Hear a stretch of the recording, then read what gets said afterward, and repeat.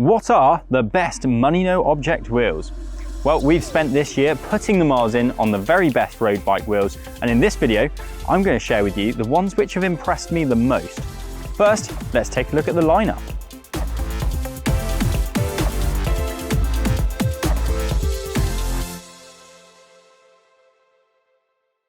As we've said many times before, the best way to increase your average speed on the bike is probably with training and body position.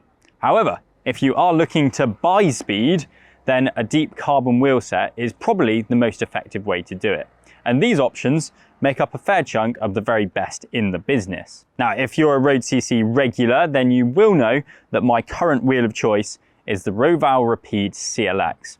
And I've been using them for racing for the last 3 years. However, this year I've been working my way through lots of new wheel releases to see if any of them can finally clinch that crown. First up, we have the choice of Pogacar and his UAE team, the ENVE SES 4.5. This is a wheel set that he used both on the flats and on the mountains at the Tour de France, so it really is a true all-rounder. We also have the Zipp 454 NSWs. These are hookless as well, and despite being a few years old, they're still at the very top of Zipp's range. I've also been using the Princeton 4550 Evolution wheel set with their wavy rims. They're not allowed here because Zipp might have an issue with that. There might be another patent war might start if they're both in the same car park. We've also got the new Cadex 50 Ultras. They have these super bladed carbon spokes, and that's the wheels that you'll find Team Jayco Alula riding. I've also put quite a few miles in on the Hunt Limitless 60 wheels, which we will include in the lineup, but they wouldn't fit in the car, so they're not here. And also we have these Oquo, if that's how you pronounce it, RP57 LTDs. Now that is a brand that you might not have heard before because it is still rather new. To find out which ones are best, I'll be comparing the wheels based on their ride feel, their inner and external width, their tyre compatibility, their stability, their price, and of course, speed. I'll try and give you some pros and cons of each of the wheel sets along the way, and then I'll let you know which ones I would choose at the end of this video. Of course, let me know whether you agree or disagree with my decisions in the comments below. Right, let's get started. First up is a good old-fashioned weigh-off. Now, wheel weight is by no means the be-all and end-all, but if you're dropping this much cash on a set of new hoops, then you certainly don't want them to disadvantage you on the climbs. Also, a lighter wheel can accelerate a little bit easier, helping your bike feel more lively. Now, we've weighed all of these wheels with XDR-free hubs and tubeless tape fitted. Actually, that's a lie. One set of wheels, the Princetons, they got weighed without tubeless tape because they have a solid rim bed, so you don't need it. Other than that, they're all taped. For reference, the wheels to beat are my current race wheels, the Roval Rapide CLXs, which weigh in at 1,410 grams. These aren't the tubeless version, however, unlike the later, heavier Rovals, but can the latest crop of wheels still beat them? So we can see that the Cadex Ultras are the lightest, no doubt in part thanks to using carbon rather than steel spokes. That can save you around 40 to 50 grams per wheel. You'll also notice that many of the lightest wheel sets are hookless. Clearly, getting rid of the hooks is material saved, and this is a reason that some brands claim that hookless wheels are the future. The Princetons put in a strong performance considering they are hooked, and it's no surprise that the Hunts and Oquo wheels are the heaviest, given that they are also the deepest. We'll get onto the depths in a minute. First though, it's probably sensible to take a look at how much these wheels will set you back. Trigger warning, it is a lot. Just as a disclaimer, if it was my own money, then I don't think I could justify buying any of these wheel sets.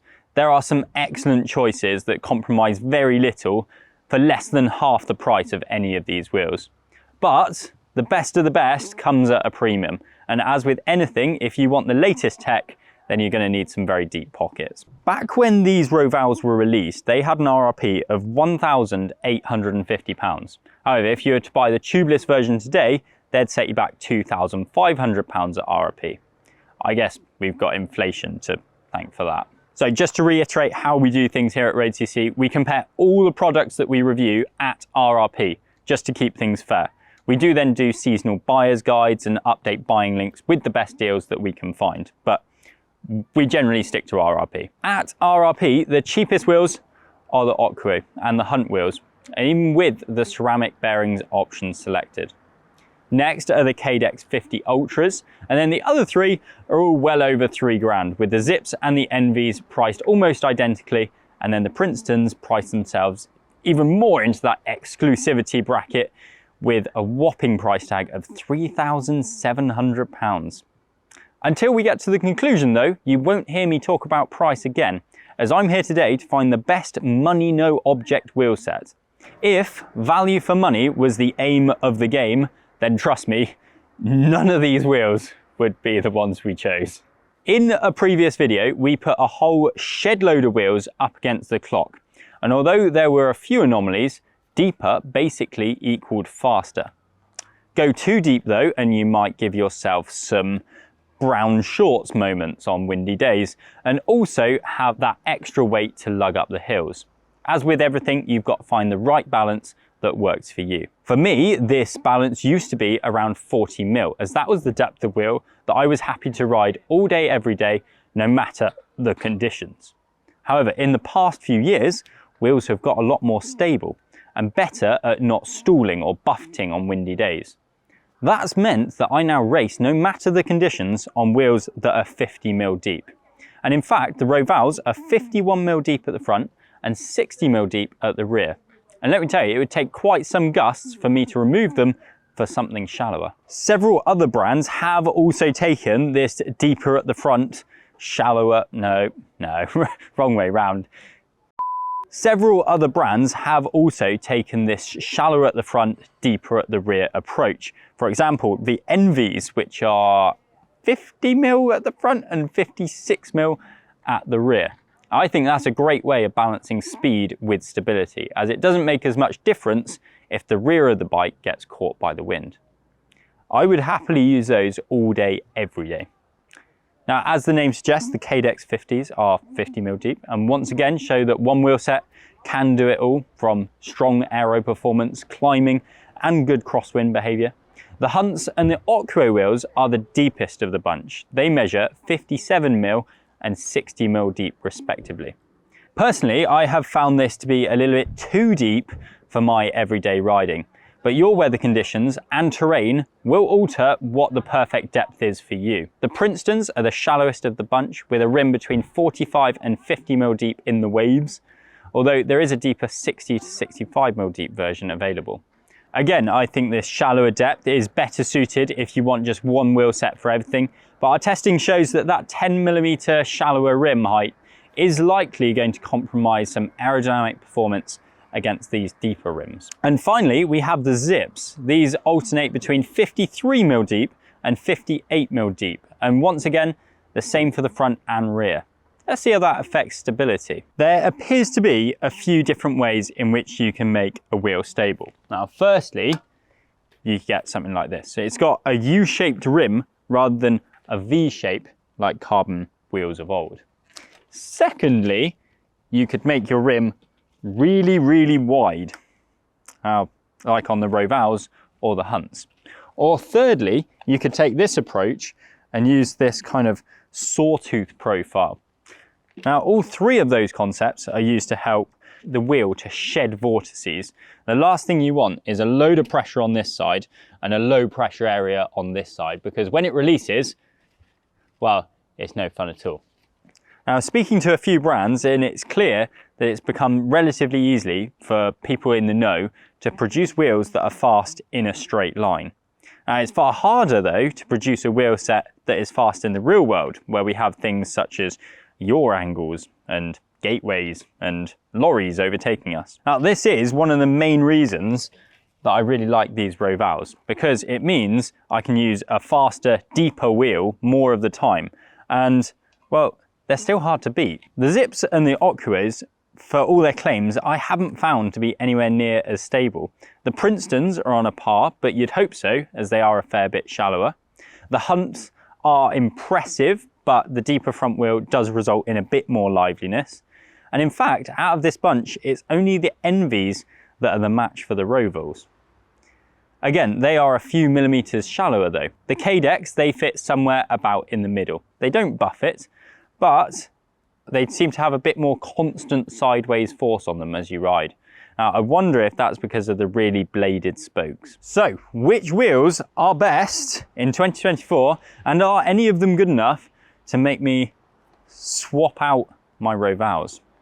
Well, we'll start with the Oquo wheels. I'm really sorry if I'm pronouncing that wrong. It's a subsidiary of Orbea.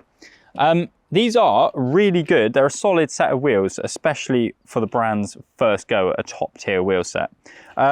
Personally, I wouldn't go for these, even though you can get them in loads of really cool colors, mainly because of the Zipp hubs.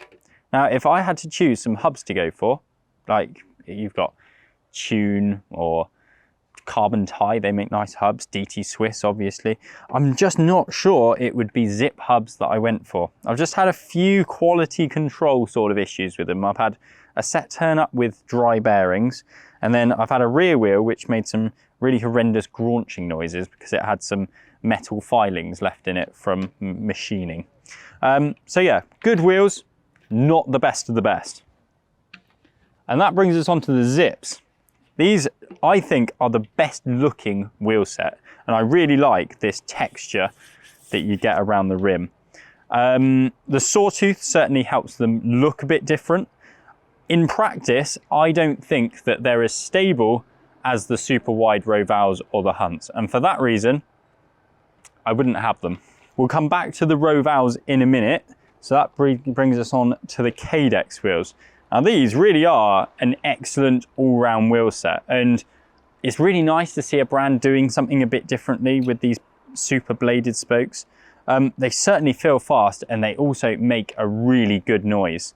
The problem with them, the reason that I probably wouldn't choose them, is the carbon spokes though. Even though they look great, on British roads, if you're racing, it's fine, but it just feels a bit harsh if you're trying to use them on your fast group ride, when, let's be honest, the UK roads aren't in the best of nick, and you just seem to get a bit more vibration and chatter. They're just not as comfortable. And that's the same for the Hunt wheels. Personally, I would not buy a set of wheels with carbon spokes for that reason. Yes, they're stiffer, yes, they're lighter. I just don't think the ride feel is as good. If you ride abroad, if you're riding Spanish roads all the time, absolutely brilliant, absolutely go for carbon spokes. In the UK, not for me. We then got the Princetons. Those are very good wheels. I don't personally think the depths work for me. So there's the 4540s, which I think are just a little bit too shallow. And then there's the 6560s, which I think are just a little bit too deep. So other than that, they're a really good wheel set. I really like that they've got the solid rim bed, so you don't need to tape them and things like that. They're really light, they ride really well. And then we've got the ENVEs. I think that these are the best all-round wheel set in 2024. They're fast, they're stable, they're tubeless, they are hookless. So if you don't mind having a hookless wheel set, then these are the wheels to go for. If you want hooks, I'd have the Rovals.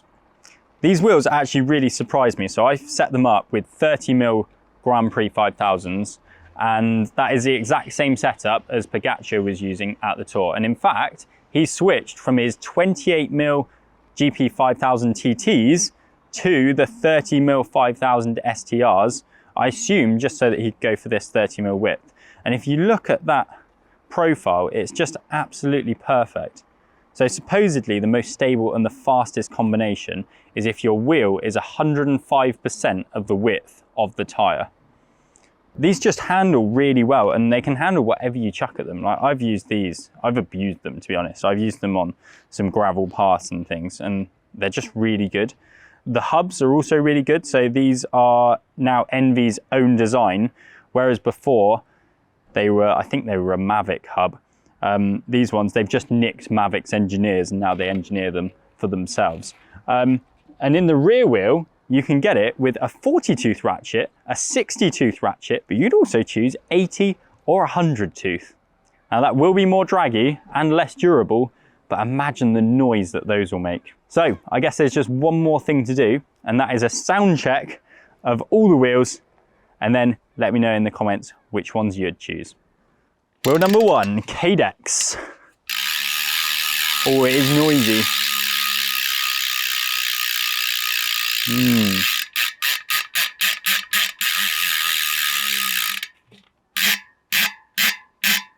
If you like noisy hubs, that might be the one for you. ENVE next, and just as a reminder, this is their new in-house hubs. So it does sound quite a lot like a Chris King. Ah! It's quite hard to hold.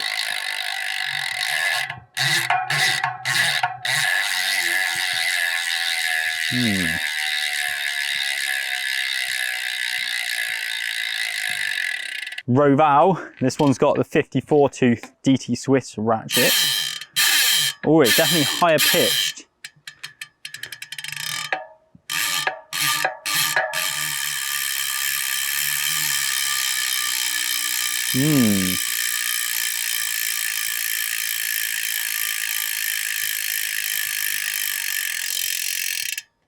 And then you'd hope that these two sound the same, as they do have the same hubs.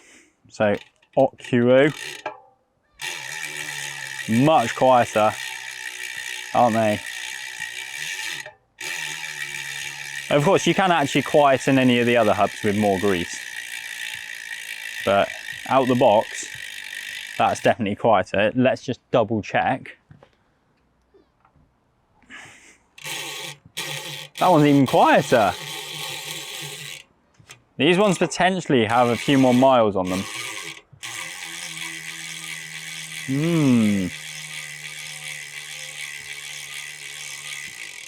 If you're spending £3 on a wheel set, you might as well go for something obnoxious, don't you reckon?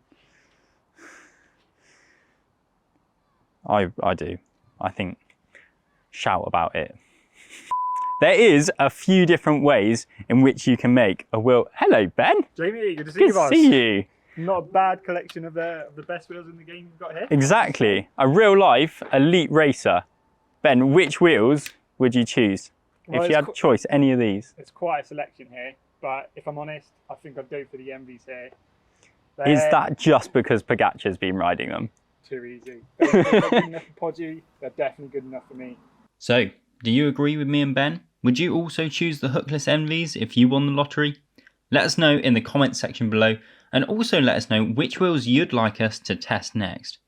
As always, give this video a like if you found it interesting, subscribe to the road.cc channel for lots more bike tech, and we'll see you next time.